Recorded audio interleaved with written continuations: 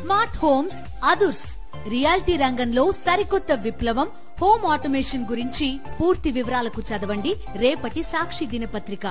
విజయవాడ కమరిపాలెంలో వరద బాధితులపై పోలీసులు లాఠీచార్జ్ చేయడంపై వైఎస్ఆర్సీపీ నేతలు ఆగ్రహాన్ని వ్యక్తం చేశారు. ఈ ఘటనపై ఎన్టీఆర్ జిల్లా కలెక్టర్ జి సృజనకు మాజీ ఎమ్మెల్యేలు వెల్లంపల్లి శ్రీనివాస్, మల్లాది విష్ణు, మేయర్ రాయన భాగ్యలక్ష్మి ఫిర్యాదు చేశారు.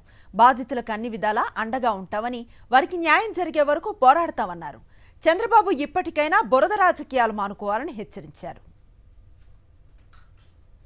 చంద్రబాబు నాయుడేమో పైనుంచి కూర్చొని నేను 10,000 ఇస్తాను, 25,000 ఇస్తాను, 50,000 ఇస్తాను, అందరికి డబ్బులు ఇచ్చేస్తానని చెప్పని ఓదర కొడుతున్నాడు.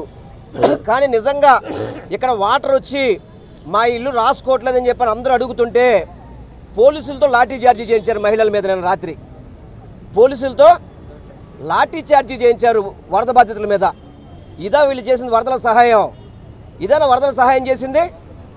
ఇదేనా చంద్రబాబు చెప్పింది? సుమారు 1000 కోట్లు పైబడి అతనికి ఫండ్స్ వచ్చినాయి వివిధ రకాలుగా. ఆ డబ్బు ఖర్చు పెట్టినా కూడా వీళ్ళందరూ కూడా సంతోషంగా ఉండేవాళ్ళు. అవి కూడా దాచేసుకొని వచ్చిన వరదలకు వచ్చిన డబ్బులన్నీ కూడా దాచేసుకొని కనీసం పేదవారికి ఇల్లు తడిస్తే వాళ్ళ ఇల్లు కూడా రాసుకోవట్లేదు.